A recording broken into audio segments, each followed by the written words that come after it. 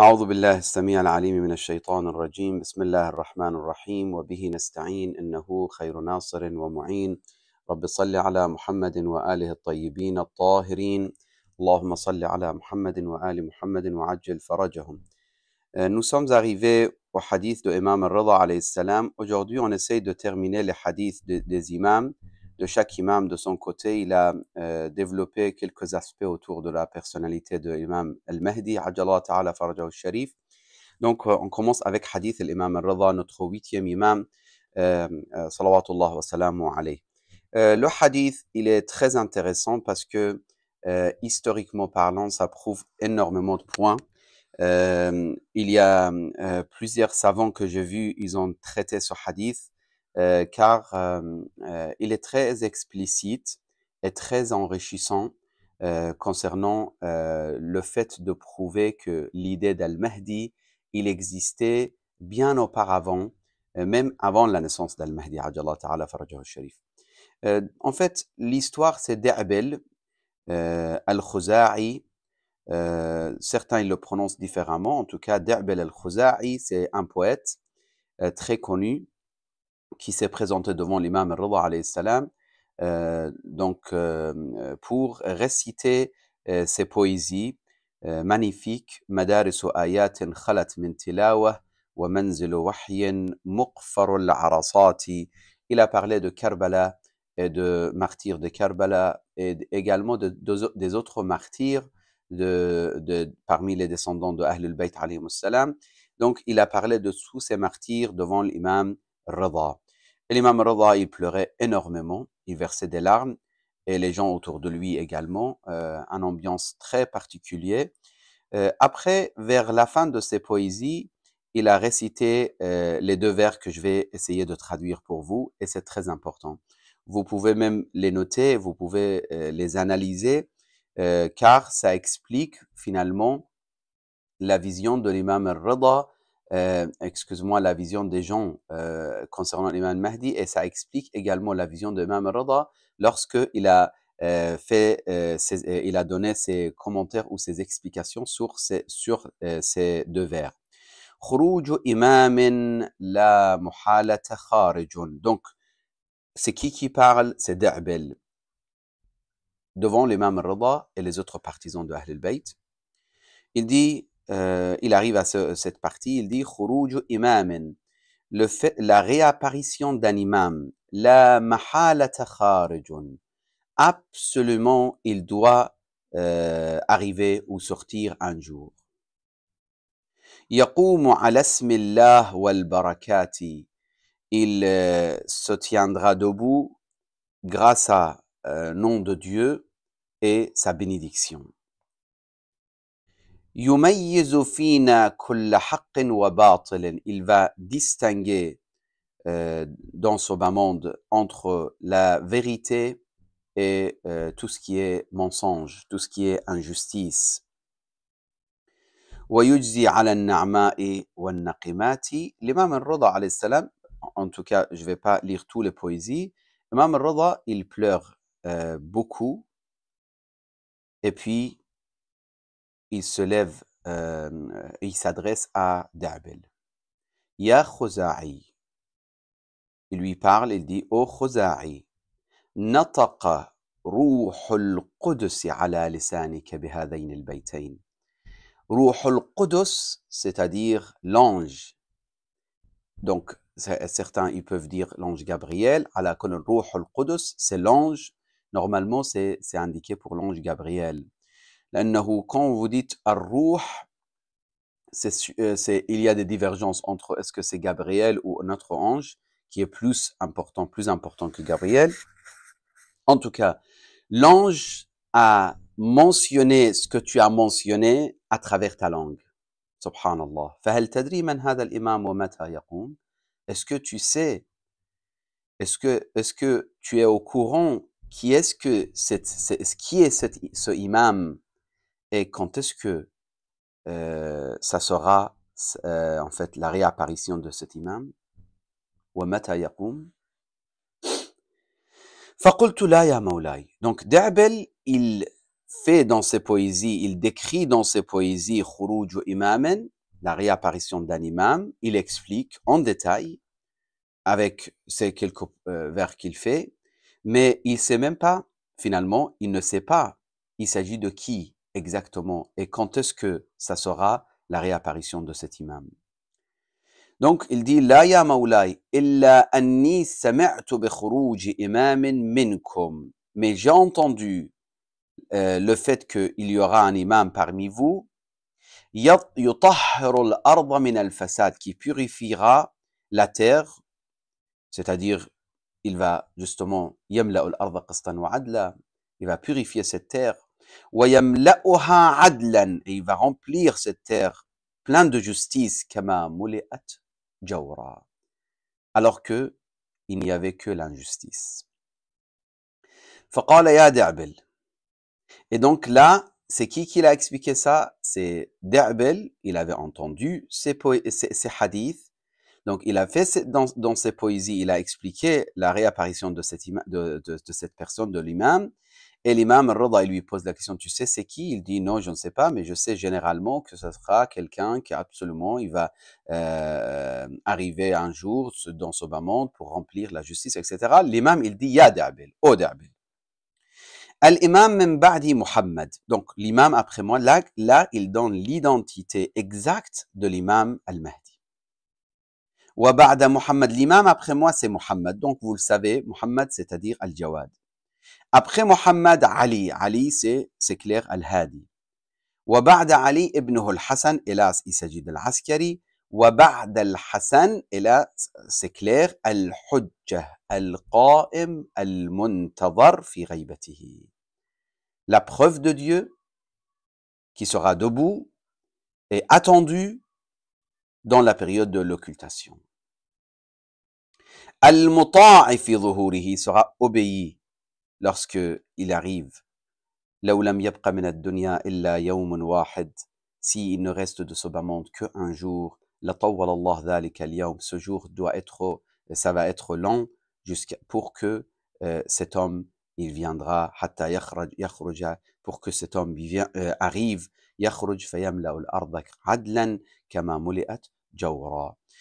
Après il dit wa amma mata fa ikhbarun 'an al-waqt, il dit ne demande pas le temps exact. Faqad haddathani abi, mon père m'a raconté an abi an abai anna an-nabi, que le prophète avait dit ya rasul qila lahu ya Rasulallah mata yakhruju al-qa'im. Il a été interrogé le prophète, quand est-ce que al-qa'im il vient, c'est-à-dire la réapparition d'Al-Qa'im, ça sera quand exactement? Mais parmi les descendants de Rasulullah, faqal. C'est la réponse du prophète, rapportée par Imam al-Rida à travers les imams. Il dit, et là, cette phrase, c'est très important si vous notez quelque part dans vos notes, parce que ça va être utile pour votre enseignement ou pour votre discussion théologique par rapport à Al-Mahdi. Mathaluhu mathalu as-sa'a. L'exemple d'Al-Mahdi, c'est comme l'exemple du jour du jugement. As-sa'a, c'est-à-dire Yawm al-Qiyamah. La yujalliha li waqtiha. Là, c'est le Coran. Il récite le Coran. La yujalliha li waqtiha illa hu. C'est-à-dire, ça sera caché jusqu'à ce que le temps arrive. Thaqulat fi as-samawati wal ard la ta'tikum illa baghta. N'arrive que soudainement. La ta'tikum illa baghta. Donc, il ne faut pas être étonné si tout d'un coup, d'ici quelques mois, vous voyez, ça y est, As-Sufyani, il est sorti, Al-Yamani, il est sorti, As-Sayha, on l'a entendu, etc. C'est pas choquant, c'est tout à fait possible.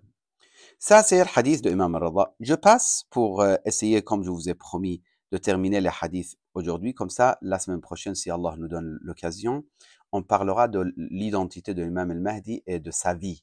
Un peu plus de sa vie plutôt. Pas que l'identité de sa vie, que ce soit sa naissance, etc. Sayyid Abd al-Azim al-Hassani, également, il rapporte un hadith de Imam al-Jawad, alayhi salam. Il dit إن القائم منا هو المهدي الذي يجب أن ينتظر في غيبته.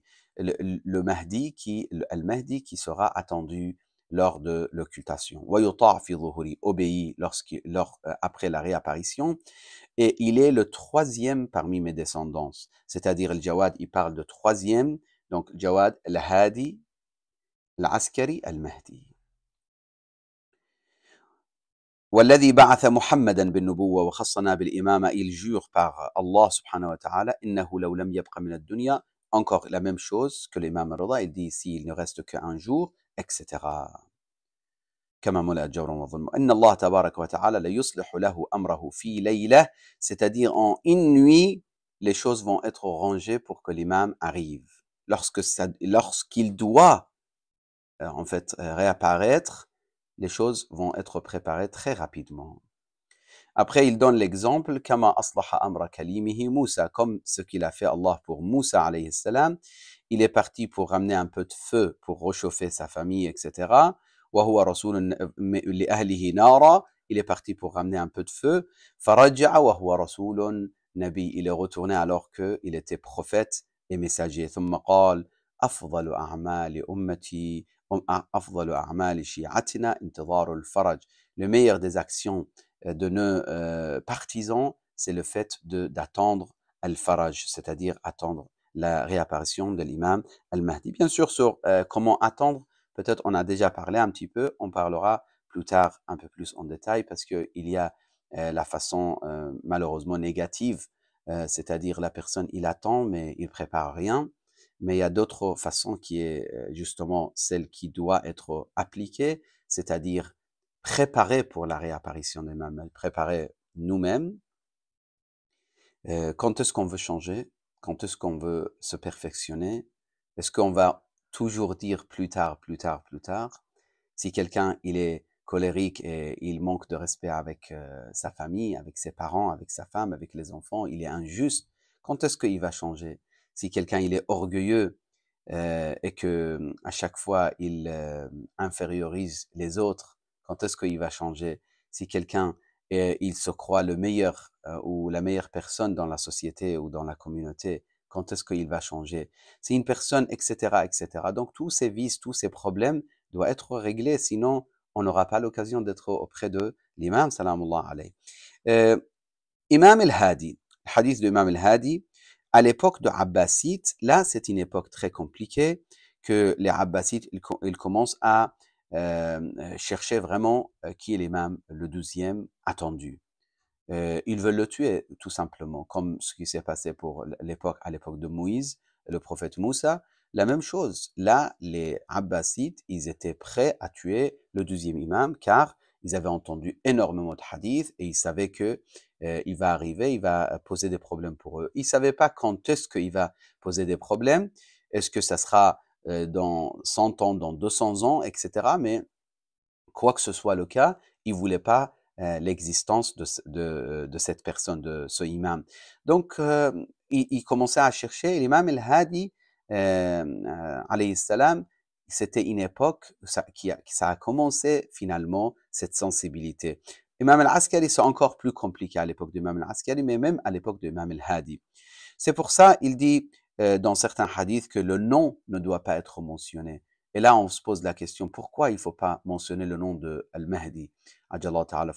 Vous savez, le nom Al-Mahdi, c'est pas le nom, c'est dans les hadiths, ils disent Mim Ham, Ha Mim Dal, c'est-à-dire le nom de notre noble prophète. Pourquoi il ne faut pas le prononcer? Certains chercheurs, ils disent justement, c'était à l'époque que quelques hadiths, ils ont ordonné de ne pas mentionner le nom de l'imam, car ils ne voulaient pas que l'identité de l'imam soit claire pour les Abbasides. C'était une façon de protéger l'imam, ajallah ta'ala farajahu al-sharif. سمعت هاشم داود الجعفري اللي سمعت أبا الحسن صاحب العسكر يقول الخلف من بعدي ابني الحسن, c'est l'imam العسكري. فكيف لكم بالخلف من بعد الخلف فقلت ولما جعلني الله فداك فقال لأنكم لا ترون شخصه, vous allez pas voir la personne de l'imam, ولا يحل لكم ذكره باسمه, et ce n'est pas possible pour vous, c'est interdit pour vous de prononcer son prénom.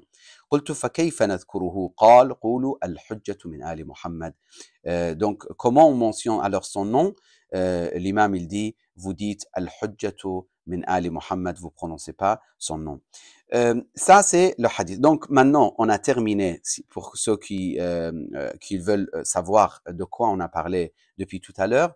On a parlé de hadith et l'imam Rida qui était très important pour comprendre et pour l'authenticité de l'histoire de la naissance d'Al-Mahdi et la question de l'Mahdawiya et 12e imam, etc. On a vu le hadith de l'imam Al-Jawad et l'imam Al-Hadi également. On termine avec hadith l'imam Al-Askari pour aujourd'hui. L'imam Al-Askari, salawatullah wa salamu alayhi, il ne se satisfait pas en mentionnant juste le nom de l'imam après lui, mais il donne quelques détails un peu plus différents.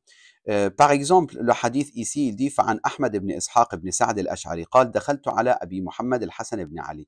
Et là, l'imam, il montre, l'imam Al-Askari, il montre son fils, l'imam Al-Mahdi, à certains avec qui, bien sûr, certains de confiance, pas n'importe qui.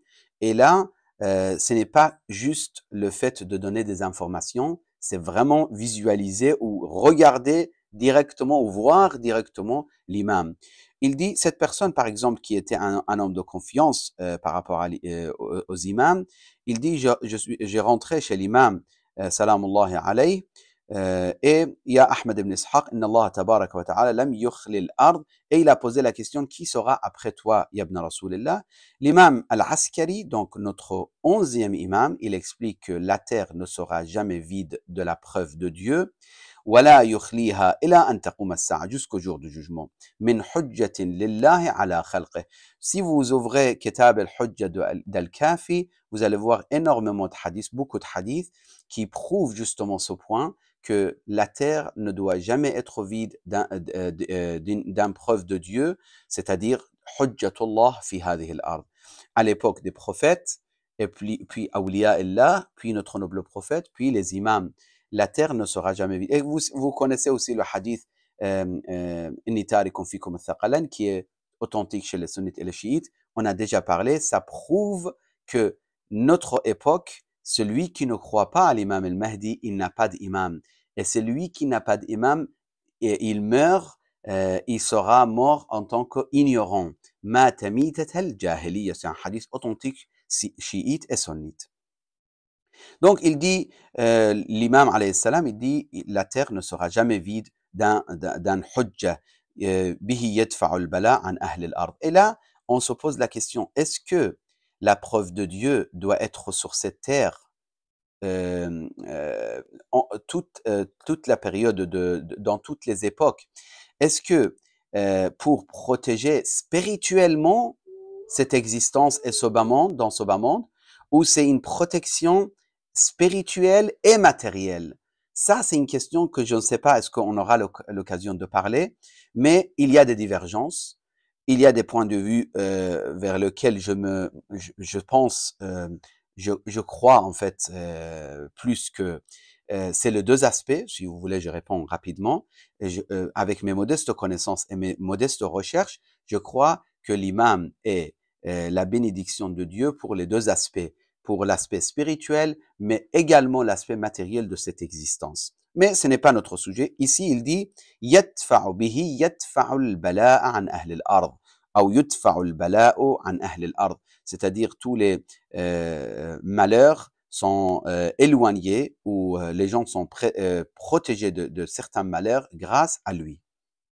Et même, وَبِهِ يَنْزِلُ الْغَيْثِ, la pluie qui tombe, c'est grâce à lui, etc. Après, قال فقلت له, je lui dis, يا ابن رسول الله, au fils du prophète, فمن الإمام والخليفة بعدك, qui est l'imam après toi? فنهض, donc l'imam al-Askari, il s'est levé, il est parti à l'intérieur de sa maison et il est revenu avec un enfant dans ses bras qu'il avait à peu près 3 ans, plein de lumière. فقال يا أحمد بن إسحاق لولا كرامتك على الله, s'il n'y avait pas ton honneur auprès de Dieu et de nous, وعلى حججه ما عرضت عليك ابني هذا, j'aurais jamais te montré si tu n'avais pas cet honneur en fait finalement, si tu n'étais pas un homme vraiment de confiance. Innahu samiyyu rasulillah. Il a le nom de notre noble prophète et il a le kunya de notre noble prophète. Alladhi yamla'u al-arda. Il remplira ce bas monde de la justice. Je pense on s'arrête ici pour notre échange de Aqidah aujourd'hui. La semaine prochaine, on parlera un petit peu de la vie de l'imam al-Mahdi. Salawatullah wa salamu alayhi wa sallallahu ala sayyidil mursalin Muhammadin al-Mustafa wa alihi al-tayyibin al-tahirin.